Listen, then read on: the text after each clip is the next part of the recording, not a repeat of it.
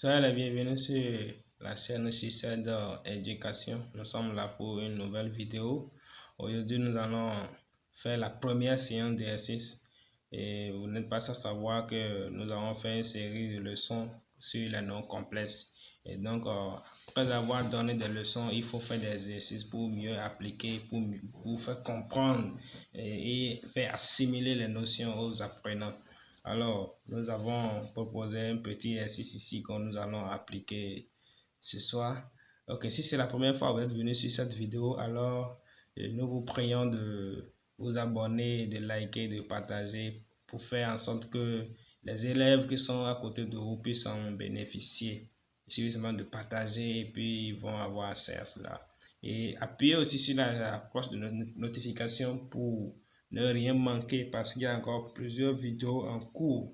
Ok, aujourd'hui nous allons traiter ce petit exercice-là et bien avant, on va réviser quelques propriétés là.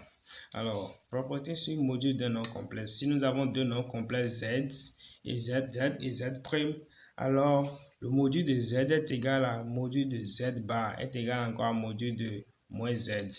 Et module de 1 sur Z est égal à 1 sur module de Z. Et bien sûr, le Z doit être, le nom complexe doit être différent de 0. Le module de quotient, c'est-à-dire Z sur Z' est égal à module de Z sur module de Z'.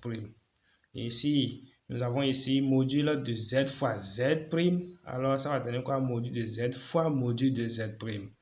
Ici, on nous donne à déterminer le module de Z à la puissance n, alors ça va faire quoi? Module de Z, le tout à la puissance n. Et ici aussi, il faut que Z soit différent de 0. Alors, si on vient au niveau de l'argument, c'est-à-dire argument d'un nom complexe. Si nous avons deux noms complexes Z et Z' et un entier relatif grand petit n, alors si on dit qu'il y a égalité entre les deux noms complexes Z et Z', cela veut dire simplement que Z et Z' ont même module et ils ont aussi même argument. Maintenant, si l'argument de autre propriété, c'est que argument de moins Z est égal à pi plus argument de Z plus 2k pi. On ajoute 2k pi souvent parce que quand on connaît une mesure principale, on peut trouver plusieurs angles orientés. Et donc k, c'est un nombre entier relatif. L'autre propriété, c'est argument de Z fois Z'.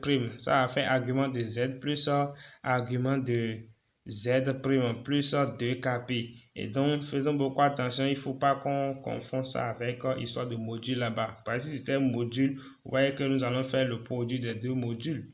Mais ici, maintenant, quand c'est argument, on fait la somme. Donc, l'argument de Z fois Z', ça va faire argument de Z plus argument de Z' plus 2kp. L'argument du conjugué de Z, ça va faire quoi? Moins argument de Z plus 2kp. Argument de 1 sur Z, ça va faire moins argument de Z plus 2kp. K toujours élément de Z. Argument de Z sur Z', ça va faire argument de Z moins argument de Z' plus 2kp. Argument de Z à la puissance n, ça va faire n fois argument de Z plus 2kp. Ok. Alors, l'autre propriété que nous allons réviser rapidement, c'est la propriété sur la forme exponentielle. Si nous avons deux noms complexes Z et Z', qui est écrit sous la forme exponentielle, Z est égal à R exponentielle de Iθ.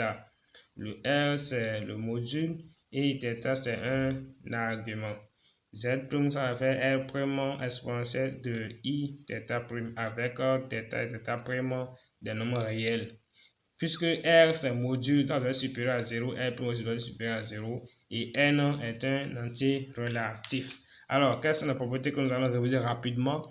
Si nous avons Z fois Z' à déterminer sa forme exponentielle, ça va faire quoi? On va faire le produit des modules et maintenant faire la somme des arguments. Maintenant, si c'est moins Z, ça va faire R fois exponentielle de I facteur de pi plus θ. Si c'est 1 sur Z, ça va faire 1 sur module multiplié par exponentielle de moins Iθ. Si c'est Z bar, c'est-à-dire le conjugué, ça va faire quoi? R multiplié par exponentielle de moins Iθ. θ. Maintenant, si c'est Z sur Z', donc ça va faire R sur R' multiplié par I facteur de θ moins θ'. Et enfin, si c'est Z à la puissance N, ça va faire R à la puissance N multiplié par I fois N θ. Alors, après ça, il y a cette formule-là que nous allons aussi utiliser couramment. C'est la formule de Moivre. Si nous avons un nombre réel, ins, et pour tout anti-relatif, Moivre dit quoi? Si nous avons cosinus ins plus I sinus ins de tout à la puissance n, ça va faire quoi? Cosinus n ins plus I sinus n ins. Autrement dit, Moivre dit simplement quoi? Si nous avons l'écriture là, si vous regardez bien là, l'écriture là, c'est une partie de la forme trigonométrique d'un nombre complexe. Donc le n qui est ici va revenir ici, et c'est fini. Maintenant, Euler, que dit Euler? Euler nous a proposé deux formules. Euler dit que si nous avons un nombre réel ins et qu'on a un anti-relatif z, un nombre anti-relatif, alors on peut avoir cosinus ins est égal à exponentielle de i ins plus exponentielle de moins i ins sur 2.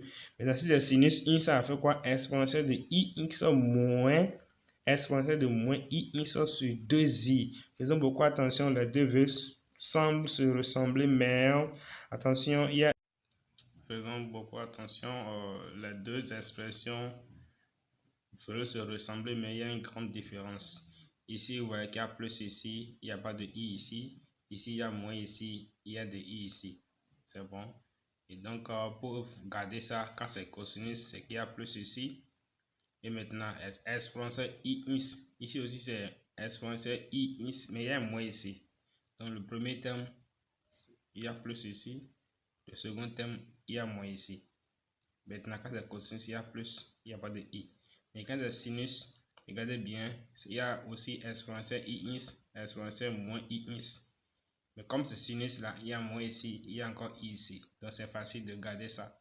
Maintenant, pour les deux qui sont en bas, c'est en réalité c'est la formule de Moivre appliquée.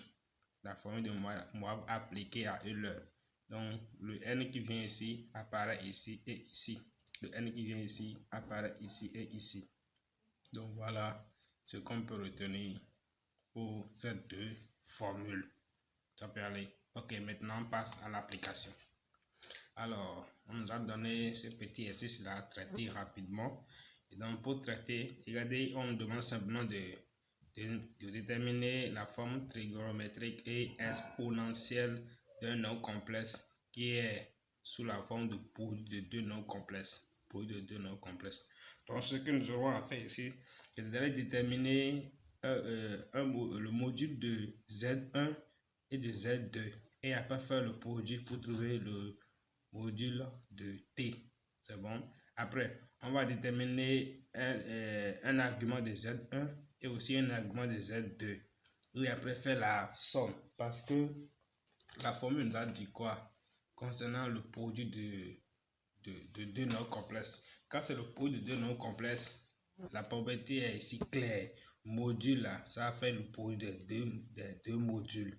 Maintenant, quand c'est argument, ça va faire la somme des deux arguments. Donc voilà les deux propriétés que nous aurons à utiliser ici. Je rappelle que pour écrire la forme trigonométrique comme exponentielle d'un nombre complexe, il faut aller déterminer d'abord son module et son argument. Module et un argument. Donc c'est ce que nous allons faire ici maintenant. Ok, passons au travail. Z1 est égal à 1 plus 3i.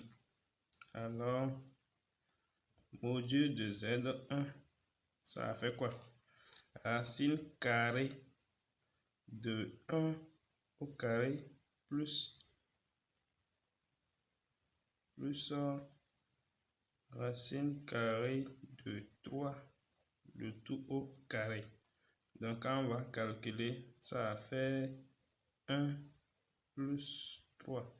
Parce que racine carrée de 3, le tout au carré donne 3. Donc, ça fait racine carrée de 4. Racine carrée de 4 me donne combien? 2. Donc, je viens de calculer le module de Z1. C'est bon. Maintenant, on va calculer aussi module de Z2. Donc, on va écrire Z2 est égal à moins 1 moins I. Alors,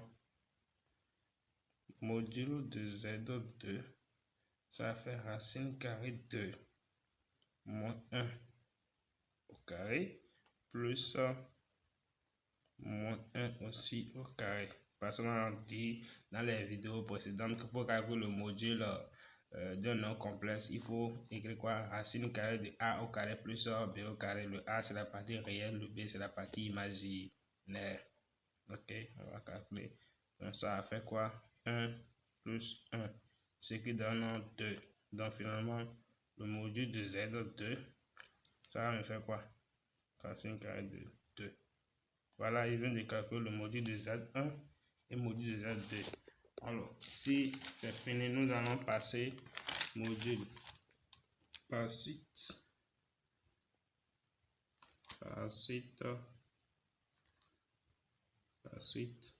module de T, c'est égal à quoi? Enfin, module de Z1 fois module de Z2. Maintenant, quand on a calculé le module de Z2, on a trouvé combien? Module de Z1, ça a donné 2. Et le module de Z2 a donné racine carrée de 2. On aura 2 fois racine carrée de 2. Donc, nous venons de calculer le module de T. Maintenant, une fois que cela est terminé, on ira chercher maintenant argument. C'est bon? Alors, pour chercher argument, on fait encore la même chose. Comme Z1 est égal à 1 plus racine carrée de 3i. Qu'est-ce qu'on va faire? On va chercher delta 1 d'abord. Vous avez cosinus delta 1, la partie réelle, ça fait 1 sur le module. Le module nous a donné 2. Maintenant, sinus delta 1, ça a fait quoi? Partie imaginaire sur le module. Voilà. Si nous avons les deux là, alors quoi? Delta 1 va nous donner quoi? Ça, pour le faire, il faut aller considérer le cercle trigonométrique. Seul le cercle trigonométrique pourra nous aider. Et c'est mieux de garder ça en tête. Alors, on va regarder le cercle trigonométrique. Cosinus donne 1 demi et sinus donne racine carrée de 3 sur 2. Cosinus donne 1 demi. 1 demi est ici. Et le sinus donne racine carrée de 3 sur 2. C'est ici. Donc, on va corriger. Ça donne pi sur 3. Donc, ça fait pi sur 3 plus 2k pi k élément de Z. On prend la même chose pour Z2. Z2 c'est moins 1 moins i. Moins 1 moins i. Donc on va faire cosinus delta 2 égale moins 1 sur module. Ça donne racine carrée de 2. Sur racine carrée de 2. On va le calculer, ça va faire moins racine carrée de 2 sur 2. Ça c'est un rationnel. Sinus maintenant de delta 2. Ça va faire toujours moins 1 sur racine carrée de 2. Ce qui fait encore moins racine carrée de 2 sur 2. Alors, delta 2 égale. Alors, quel est l'angle dont le cosinus donne moins racine carrée de 2 sur 2, le sinus donne moins racine carrée de 2 sur 2. On va regarder le cercle. Regardez bien avec moi. Regardez le cercle avec moi. On dit le cosinus donne moins racine carrée de 2 sur 2. Moins racine carrée de 2 sur 2 est ici. Maintenant, le sinus donne moins racine carrée de 2 sur 2. Alors, donc, si on croise les deux, ça va donner moins 3 pi sur 4. Moins 3 pi sur 4 plus 2k pi. 2k pi. K, élément de Z. Alors, si tel est le cas, qu'est-ce qu'on va faire? On va dire quoi? Que on va chercher maintenant comme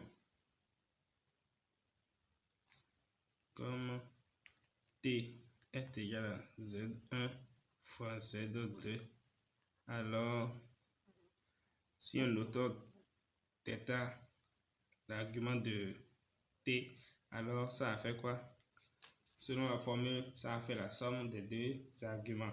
Ça, donc ça a fait θ1 plus θ2 plus 2kp. Donc, quand on prend celui-ci et celui-ci, donc ça a fait pi sur 3 moins, parce que pour le θ2, ça donne moins 3pi sur 4 plus 2kp.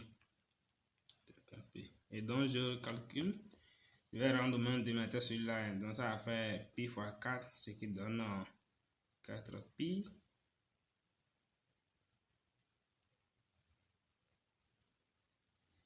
Donc, ça va faire pi fois 4, ce qui donne 4pi. 3 fois 3, ça fait 9. Le pi, ça fait 9pi. Le moins qui va rester là. Maintenant, 3 fois 4, ce qui donne 12, plus 2kp. K élément de Z. Donc, finalement, θ, ça va me faire quoi? Quand on fait 4 moins 9, ça va rester moins 5. Donc, ça fait moins 5 pi sur 12 plus 2kp plus 2kp. K élément de Z. Alors, finalement,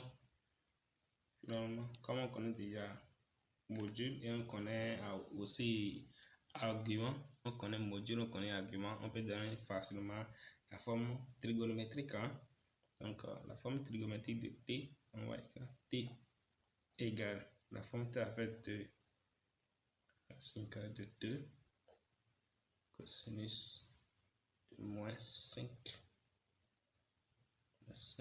pi sur 12 plus i sinus de moins 5 pi sur 12. Je ferme. Alors, comme je connais module, je connais argument, je peux donner la forme trigonométrique. Donc, je mets en série forme, ça c'est forme trigonométrique, je dis forme exponentielle. Donc, j'écris juste forme exponentielle. Forme exponentielle. Donc, pour la forme exponentielle de t, ça va faire quoi? 2 racine carrée de 2 exponentielle de moins 5 pi sur 12 i. C'est bon, c'est pas clair? T égale à 2 racine carrée de 2 exponentielle de moins 5 pi sur 12 i. Donc ça, c'est la forme exponentielle. Et ça là, c'est la forme trigonométrique. Et voilà, nous sommes à la fin de cette vidéo. Abonnez-vous, partagez, likez et exprimez votre amour à travers cette vidéo en partageant ça aux candidats. Merci.